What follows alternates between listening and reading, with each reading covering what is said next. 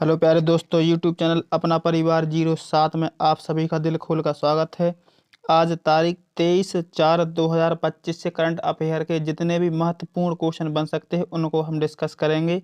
तो चलिए शुरुआत करते हैं हमारे पहले क्वेश्चन से। दिया है, हाल ही में किस राज्य ने कक्षा 1 से 5 तक हिंदी को तीसरी अनिवार्य भाषा बनाया है? तो इस क्वेश्चन के ऑप्शन हैं, देखिए, गुजरात, महाराष्ट्र, केरल या तमिलनाडु। तो इस क्वेश्चन का जो सही जवाब होगा हमारा होगा ऑप्शन नंबर बी, महाराष्ट्र।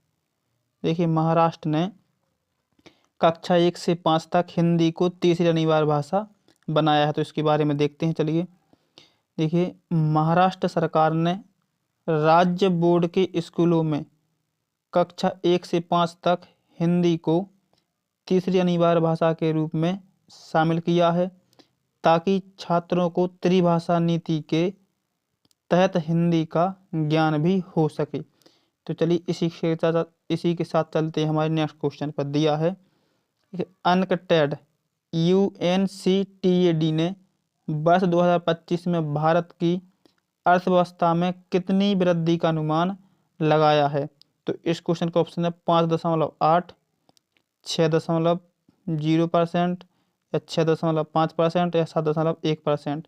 तो इस क्वेश्चन का जो सही जवाब होगा हमारा होगा ऑप्शन नंबर सी, 6.5%। तो इसके बारे में देखते हैं। दिया है, संयुक्त राष्ट्र व्यापार और विकास सम्मेलन, जिसको हम UNCTAD कहते हैं, ने भारत की अर्थव्यवस्था के लिए 2025 में 6.5% या 6.5% की वृद्धि दर का अनुमान लगाया है, जो भारत की मजबूत मांग और सेवा क्षेत्र की मजबूती को दर्शाता है। तो चलिए इसी के साथ चलते हैं हमारे अगले क्वेश्चन पर। दिया है, किस राज्य ने राज्यों के अधिकारों की रक्षा हेतु किस राज्य ने राज्य के अधिकारों की रक्षा हेतु उच्च स्तरीय समिति की घोषणा की है? तो इस क्वेश्चन का ऑप्शन है पश्चिम बंगाल या केरल या तमिलनाडु या पंजाब। तो इस क्वेश्चन का जो सही जवाब होगा ऑप्शन नंबर सी, तमिलनाडु। देखिए, तमिलनाडु ने राज्यों के अधिकारों की रक्षा हेतु उच्च स्तरीय समिति की घोषणा की है। तो इसके बारे में देखते हैं कि तमिलनाडु राज्य सरकार ने संघीय ढांचे की रक्षा और राज्यों के अधिकारों की रक्षा हेतु एक उच्च स्तरीय समिति का गठन किया है। तो चलिए इसी के साथ चलते हैं हमारे अगले क्वेश्चन पर। दिया है, किस राज्य में सूर्य देव भूमि चैलेंज वाइब्रेंट विलेज प्रोग्राम को बढ़ावा देने के लिए शुरू किया गया? तो इस क्वेश्चन के ऑप्शन हैं उत्तराखंड, हिमाचल प्रदेश या हरियाणा या अरुणाचल प्रदेश। तो इस क्वेश्चन का जो सही जवाब होगा हमारा होगा ऑप्शन नंबर सी, हरियाणा। तो देखिए, हरियाणा में देव सूर्य भूमि या सूर्य देव भूमि चैलेंज वाइब्रेंट विलेज प्रोग्राम को बढ़ावा देने हेतु शुरू किया गया है। तो इसको देखते हैं। देखिए, हरियाणा में सूर्य देव भूमि लिखा हुआ है चैलेंज की शुरुआत वाइब्रेंट विलेज प्रोग्राम को बढ़ावा देने के लिए की गई है, जिससे सीमावर्ती, कहाँ पर भैया जी, आपको बहुत इंपॉर्टेंट है, सीमावर्ती गांवों में विकास हो सके। तो चलिए इसी के साथ हमारे नेक्स्ट क्वेश्चन पर चलते हैं, अगले क्वेश्चन पर चलते हैं। दिया है, भारत हाल ही में बाड़ा द्वारा, किसके द्वारा? BADA, बाड़ा द्वारा मान्यता प्राप्त एथलीट पासपोर्ट प्रबंधन इकाई स्थापित करने वाला कौन सा देश बन गया है? तो इस क्वेश्चन के ऑप्शन हैं 15वां, 16वां, 17वां या 18वां। तो इस क्वेश्चन का जो सही जवाब होगा हमारा होगा ऑप्शन नंबर सी, 17वां। तो देखिए, भारत 17वां देश बन गया है बाड़ा द्वारा मान्यता प्राप्त एथलीट पासपोर्ट प्रबंधन इकाई स्थापित करने में।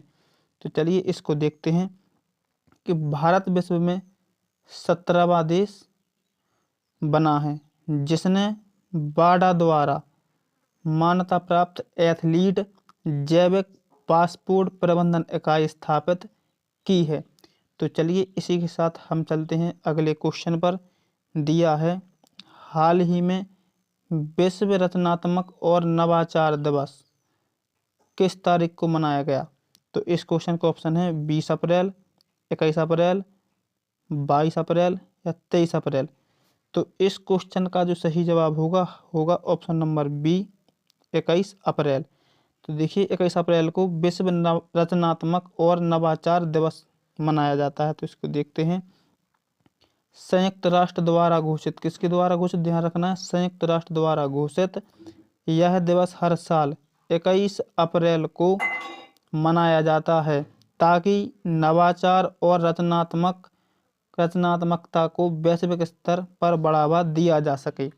तो चलिए इसी के साथ चलते हैं हमारे अगले क्वेश्चन पर। दिया है, किस मंत्रालय द्वारा वाइब्रेंट विलेज प्रोग्राम चलाया जा रहा है? तो देखिए इस क्वेश्चन के ऑप्शन है गृह मंत्रालय, ग्रामीण विकास मंत्रालय, पर्यटन मंत्रालय या वित्त मंत्रालय। तो इस क्वेश्चन का जो सही जवाब होगा ऑप्शन नंबर ए, गृह मंत्रालय। गृह मंत्रालय द्वारा वाइब्रेंट विलेज प्रोग्राम चलाया जा रहा है। तो चलिए इसको देखते हैं। देखिए वाइब्रेंट विलेज प्रोग्राम सीमावर्ती गांवों के विकास, देखिए ये इम्पोर्टेंट है, सीमावर्ती गांवों के विकास के लिए गृह मंत्रालय द्वारा चलाया जा रहा है। तो इसी के साथ चलते हैं हमारे अगले क्वेश्चन पर। दिया है, वाइब्रेंट विलेज प्रोग्राम का लक्ष्य किस क्षेत्र के विकास को बढ़ावा देना है? तो इस क्वेश्चन के ऑप्शन हैं, देखिए तटीय क्षेत्र या रेगिस्तानी क्षेत्र या सीमावर्ती क्षेत्र या वन क्षेत्र। तो देखिए इस क्वेश्चन का आंसर हम पिछले वाले क्वेश्चन में देख के आए हैं कि वाइब्रेंट विलेज प्रोग्राम सीमावर्ती क्षेत्रों के गांवों के विकास हेतु चलाया जा रहा था। इस क्वेश्चन का जो सही जवाब होगा ऑप्शन नंबर सी। तो चलिए इसके बारे में देखते हैं।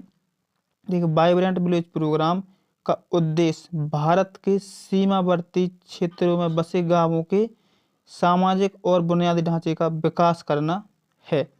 तो चलिए इसी के साथ चलते हैं हमारे अगले क्वेश्चन पर। दिया है, हाल ही में भारत ने किस देश को AI आधारित डिटेक्शन सिस्टम सामर्थ्य निर्यात किया है? तो इस क्वेश्चन का ऑप्शन है, देखिए नेपाल, भूटान, बांग्लादेश, श्रीलंका।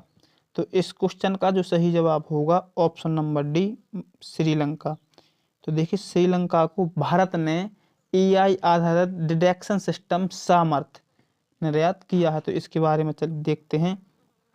देखिए भारत ने श्रीलंका को AI आधारित डिटेक्शन सिस्टम का सामर्थ्य निर्यात किया है जो रक्षा उत्पादन में आत्मनिर्भर भारत की दिशा में एक महत्वपूर्ण कदम है। तो देखिए इसका काम क्या है, जो रक्षा उत्पादन में, तो इसका काम है सुरक्षा या रक्षा करना, ठीक है। जो AI आधारित डिटेक्शन सिस्टम सामर्थ्य है, इसका काम है रक्षा करना। तो चलिए इसी के साथ चलते हैं हमारे अगले क्वेश्चन पर। दिया है, सामर्थ्य AI सिस्टम, ठीक है, किस क्षेत्र में कार्य करता है? तो देखिए इस क्वेश्चन का जवाब हम पिछले क्वेश्चन में करके आए हैं कि सामर्थ्य AI सिस्टम हमारा भैया सुरक्षा के क्षेत्र में कार्य करता है, सिक्योरिटी का कार्य करता है। तो इस क्वेश्चन का जो सही जवाब होगा ऑप्शन नंबर सी, सुरक्षा। ये कृषि में नहीं करता है, या स्वास्थ्य में नहीं करता है, और है एजुकेशन में नहीं करता है। इसका सही जवाब होगा सुरक्षा, सिक्योरिटी करता है, ठीक है। तो चलिए इसके बारे में देखते हैं। दिया है सामर्थ्य एक, देखिए सामर्थ्य जो है, सामर्थ्य एक उन्नत सुरक्षा डिटेक्शन सिस्टम है जो निगरानी और खतरे की पहचान में सहायक है। तो चलिए इसी के साथ चलते हैं हमारे नेक्स्ट क्वेश्चन पर, और यही हमारा आज का लास्ट क्वेश्चन होगा। तो देखिए दिया है, भारत की नई एथलीट पासपोर्ट इकाई, कौन सी नई एथलीट पासपोर्ट इकाई किस संगठन द्वारा मान्यता प्राप्त है? तो देखिए इस क्वेश्चन का जो सही जवाब होगा हमारा होगा ऑप्शन नंबर सी, बाडा द्वारा, ठीक है। ना IOC होगा, ना यूनेस्को होगा, ठीक है, ना यूनेस्को होगा और ना नाडा होगा। सही जवाब होगा हमारा बाडा द्वारा नई एथलीट पासपोर्ट इकाई संगठन द्वारा मान्यता प्राप्त है। तो देखिए इसके देखते हैं। यह इकाई वर्ल्ड एंटी डोपिंग एजेंसी वाडा द्वारा मान्यता प्राप्त है और खिलाड़ियों की जैविक प्रोफाइल की निगरानी के लिए काम करेगी। तो देखिए, वीडियो पसंद आया तो लाइक करें, शेयर करें और हमारे चैनल को सब्सक्राइब करें और डेली करंट अफेयर देखने के लिए सुबह 9 बजे जुड़ना ना भूलें।